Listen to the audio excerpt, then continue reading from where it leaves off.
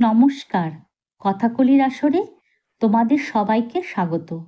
আজ আমি তোমাদের পাঠ করে শোনাব বিষ্ণু শর্মা রচিত পঞ্চতন্ত্র গল্প সমগ্র থেকে ধর্মবুদ্ধি ও পাপবুদ্ধি গল্পটি। এক নগরে বাস করত দুই বন্ধু। তাদের একজনের নাম ধর্মবুদ্ধি, অন্যজন পাপবুদ্ধি। স্বভাবে মিল না থাকলেও দুজনের মধ্যে ভাব খুব। একদিন পাপবুদ্ধি ভাবল, লেখাপড়া তো কিছু শিখলাম না, টাকা কড়িও নেই।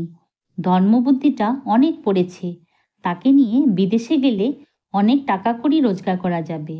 পরে ওকেই আবার ঠকিয়ে দিব্যি আরামে থাকতে পারবো।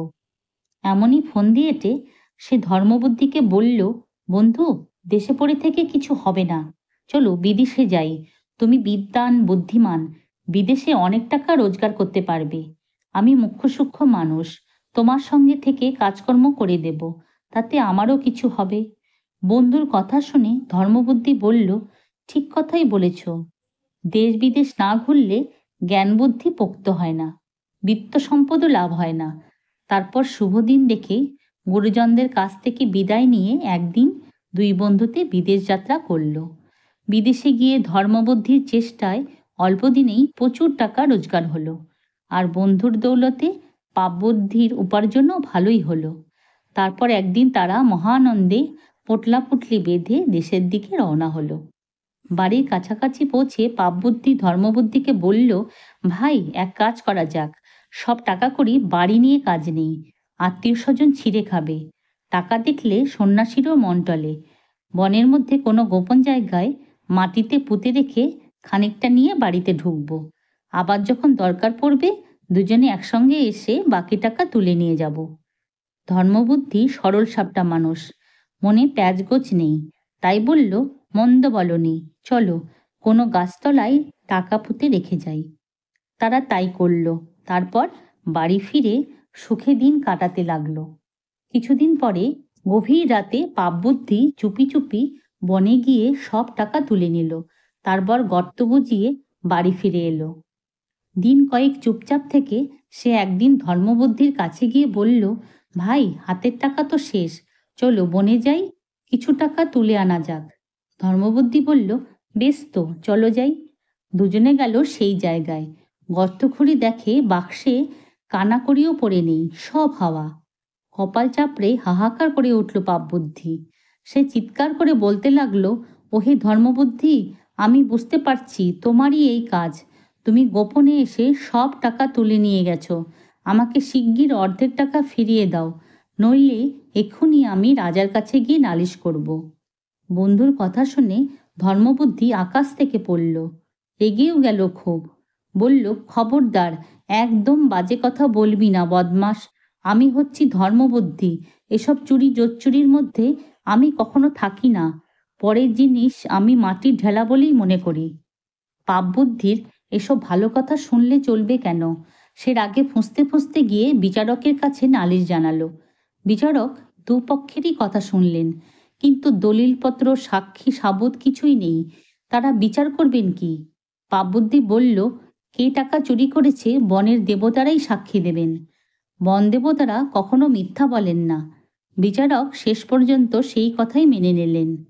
তখন স্থির হলো, পরদিন সকালে সকলে মিলে বনে যাওয়া হবে, সেখানেই বৃক্ষ দেবতার সাক্ষী নেওয়া হবে। ধর্মবুদ্ধি ছিল মহাপ্রাণ। পাপবুদ্ধির কাজকর্ম দেখে তার বুঝতে কিছু বাকি থাকলো না। পাপবুদ্ধি মতলব করেই তাকে ঠকাবার ব্যবস্থা করেছে। সেও মনে মনে প্রস্তুত হয়ে রইল। এদিকে পাপবুদ্ধি করল কি, বাড়ি ফিরে এসে তার বৃদ্ধ বাপকে বলল, বাবা, ধর্মবুদ্ধির টাকা তো হাতিয়েছি, এখন তুমি যদি কথা কও তাহলে বিচারকদের ফাঁকি দিতে পারি, আর সব টাকাটাও আমার হয়ে যায়, নইলে টাকাও যাবে, প্রাণও যাবে। বুড়ো বলল, তা আমাকে কি করতে হবে বলো, এখনই করছি। পাপবুদ্ধি বলল, বনের মধ্যে সবচেয়ে বড় যে শমী গাছ, তার তলাতেই টাকাটা পুঁতে রাখা ছিল। সেই গাছে বড়সড় একটা কোটর আছে। তুমি রাত থাকতে গিয়ে গাছে উঠে সেই কোটরে ঢুকে বসে থাকবে। তারপর কি কি করতে হবে পাপবুদ্ধি তার বাবাকে বুঝিয়ে দিল। পরদিন সকালেই বিচারকদের সঙ্গে ধর্মবুদ্ধি ও পাপবুদ্ধি সেই শমী গাছের কাছে গিয়ে হাজির হলো। তারপর বিচারকদের কথা মতো পাপবুদ্ধি গাছতলায় দাঁড়িয়ে তারস্বরে বলতে লাগলো, হে বনদেবতা, তুমি বলো আমাদের মধ্যে কে চোর? কে মাঝরাতে এসে গর্ত খুঁড়ে টাকা তুলে নিয়ে গেছে? শমী গাছের কোটরে পাপবুদ্ধির বুড়ো বাপ বসেছিল। সেখান থেকে সে চিৎকার করে বলল, তোমরা সকলে শোনো, এ টাকা চুরি করেছে ধর্মবুদ্ধি। বনদেবতা কথা বলছে শুনে বিচারকদের তো বিস্ময়ে চোখ বড় বড় হয়ে গেল।